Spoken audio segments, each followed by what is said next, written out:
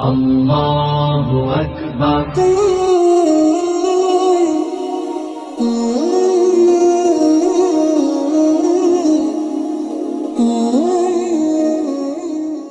بسم اللہ الرحمن الرحیم، الحمد للہ رب العالمین، الرحمن الرحیم، مالک یوم الدین۔ محترم سامعین، جب کفار مکہ نے مسلمانوں پر ظلم کا پہاڑ کھڑا کیا اور کسی قسم کا بھی کوئی تکلیف پہنچانے میں کسر نہ چھوڑی، تو مسلمان مجبور ہو کر حضور پاک علیہ السلام نے ان کو حبشہ کی طرف ہجرت کرنے کا حکم دیا۔ ویسے تو یمن کا بارڈر مکہ مکرمہ سے ملتا ہے، لیکن یمن کے جو بادشاہ تھے وہ ظالم اور کافر تھے، اس لیے حضور پاک علیہ السلام نے مسلمانوں کو حبشہ کی طرف ہجرت کرنے کا حکم فرمایا۔ وہ اس وجہ سے کہ حبشہ کے جو بادشاہ تھے نجاشی، اس کا نام اسحمہ اور لقب نجاشی تھا، نجاشی کے نام سے مشہور تھے بھی عیسائی مذہب کے پیروکار اور تورات اور انجیل کے بڑے ماہر عالم تھے اور انصاف پسند رحم دل انسان تھے۔ اس وجہ سے حضور پاک علیہ السلام نے حبشہ کی طرف جانے کی اجازت دی کہ وہاں پر آپ پناہ لیں۔ مکہ اور حبشہ کے درمیان صرف دریا کا فاصلہ ہے۔ اب جب مسلمان ہجرت کرنے کے لیے تیار ہوئے تو ٹوٹل 16 یا 17 افراد تھے جنہوں نے یہ پہلی ہجرت تھی اسلام کی، جنہوں نے ہجرت کی۔ ان میں سے 11 مرد اور 4 خواتین، اور بعضی روایت میں اس طرح بھی آتا ہے کہ 12 مرد 4 خواتین یا 11 مرد 5 خواتین تھی جنہوں نے یہ ہجرت کی۔ اور جب کفار مکہ کو یہ پتہ چلا کہ مسلمان اپنا وطن چھوڑ کر حبشہ کی طرف جا رہے ہیں تو ان کا پیچھے کیا پکڑنے کے لیے، لیکن مسلمان کشتی میں سوار ہو کر نکل چکے تھے اور یہ کفار ناکام ہو کر واپس آئے۔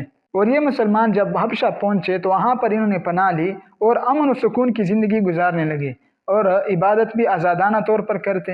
ان کی یہ ہجرت اسلام میں پہلی ہجرت تھی۔ نبوت کے 5ویں سال رجب کے مہینے میں انہوں نے یہ ہجرت کی۔ شعبان، رمضان، یہ 2 مہینے انہوں نے امن و سکون کے ساتھ گزارے، لیکن ان میں ایک افواہ پھیلی کہ کفار مکہ مسلمان ہو چکے ہیں، اب وہ مسلمانوں پر ظلم نہیں کرتے۔ تو ان میں سے کچھ افراد وہاں سے آ کر واپس مکہ مکرمہ آئے۔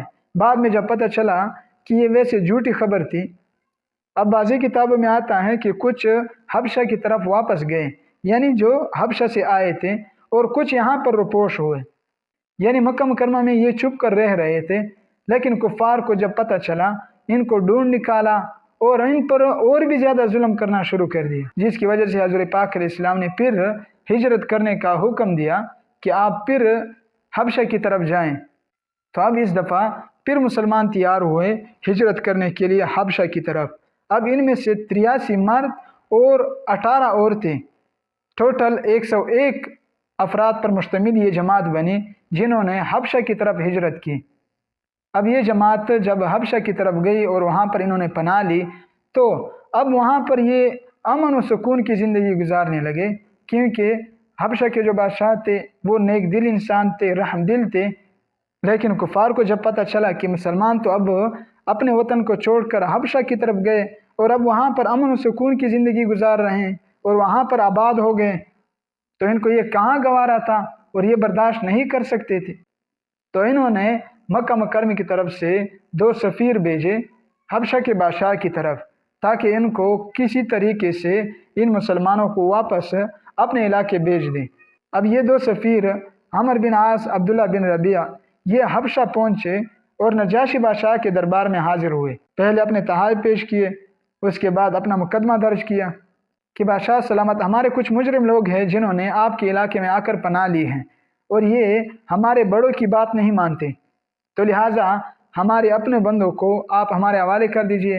نجاشی بادشاہ نے مسلمانوں کو حاضر کیا اور ان سے پوچھا کہ یہ لوگ آپ کے بارے میں جو کہہ رہے ہیں یہ کیا واقعی اس طرح ہیں؟ آپ مجرم لوگ ہیں؟ تو مسلمانوں کے نمائندہ حضرت جعفر بن ابی طالب رضی اللہ عنہ، جو کہ حضرت علی رضی اللہ عنہ کے بھائی تھے، اس نے اپنے مسلمانوں کی نمائندگی کی۔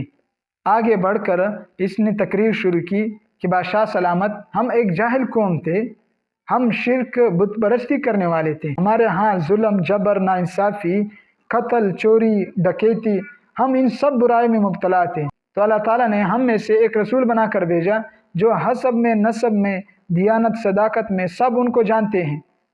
انہوں نے ہمیں شرک بت پرستی سے منع کیا اور صرف ایک اللہ کی عبادت کرنے کی دعوت دی، اور باقی جو تمام برائیاں ہیں ان سب سے ہمیں روک دیا۔ اب ہم مسلمان ہو چکے ہیں اور ایک اللہ کی عبادت کرتے ہیں، باقی جو تمام برائیاں ہیں ان سے ہم رک گئے ہیں۔ یہ ہمارا گناہ ہے اور اس وجہ سے ہمارے بڑے ہمیں نہیں چھوڑ رہے اور ہم پر ظلم کر رہے ہیں، تاکہ ہم دوبارہ انہی برائیوں میں مبتلا ہو جائے۔ بادشاہ نے حضرت جعفر رضی اللہ عنہ کی تقریر سن کر بڑے متاثر ہوئے۔ سفیر عمرو بن عاص نے یہ دیکھ کر کہ بادشاہ پر تقریر نے اثر کیا تو اب ایک اور تیر پھینکنے لگے پھنسانے کے لیے، تاکہ کسی طریقے سے مسلمان پھنس جائے اور نجاشی بادشاہ ہمارے بارے میں فیصلہ کر دے اور ان کو ہمارے حوالے کر دے۔ عمرو بن عاص نے کہا، بادشاہ سلامت، یہ مسلمان آپ کے حضرت عیسیٰ علیہ السلام کے بارے میں ان کے کچھ برے عقائد ہیں جو کہ بالکل آپ کے عقیدے کے خلاف ہیں۔ یہ بات کہہ دی تاکہ نجاشی بادشاہ غصے میں آ کر ہمارے بارے میں فیصلہ کر دے۔ تو بادشاہ انصاف پسند تھے، مسلمانوں کی طرف متوجہ ہوئے کہ کیا واقعی آپ کے عقائد اس طرح ہیں۔ حضرت جعفر رضی اللہ عنہ نے سورۃ مریم کی تلاوت فرمائی۔ تلاوت ختم کرنے کے بعد کہا، بادشاہ سلامت، ہمارے پیارے نبی صلی اللہ علیہ وسلم نے ہمیں یہ بتایا ہے کہ حضرت عیسیٰ علیہ السلام اللہ تعالیٰ کے نیک بندے اور رسول ہیں، اور حضرت مریم علیہ السلام کے بطن عطر سے بغیر والد کے اللہ تعالیٰ کی قدرت سے یہ پیدا ہوئے۔ بادشاہ سلامت سورۃ مریم کی تلاوت سن کر ان پر رکت طاری ہوئی اور رونے لگے۔ پھر کہا کہ واقعی انجیل اور قرآن پاک یہ اللہ تعالیٰ کی طرف سے دو نور ہیں جو اپنے بندوں پر نازل کی گئی ہیں۔ اور پھر کہا کہ واقعی حضرت عیسیٰ علیہ السلام یہ اللہ کے نیک بندے اور رسول ہیں جن پر انجیل کتاب نازل کی گئی، اور یہ حضرت مریم علیہ السلام کے بطن عطر سے ان کی ولادت ہوئی۔ اور میں گواہی دیتا ہوں محمد رسول اللہ صلی اللہ علیہ وسلم یہ بھی اللہ کے رسول ہیں جن پر قرآن پاک نازل کی گئی، جیسے کہ حضرت عیسیٰ علیہ السلام نے انجیل کی کتاب میں ہمیں بتایا ہے۔ اب بادشاہ کی ان باتوں کو سن کر وہ جو وزیر کھڑے تھے وہ غصے میں آ کر، بادشاہ یہ تو کیا کہہ رہا ہے؟ ہم تو عیسیٰ کے پیروکار ہیں اور آپ ان کے بارے میں کیسے گواہی دے رہے ہو؟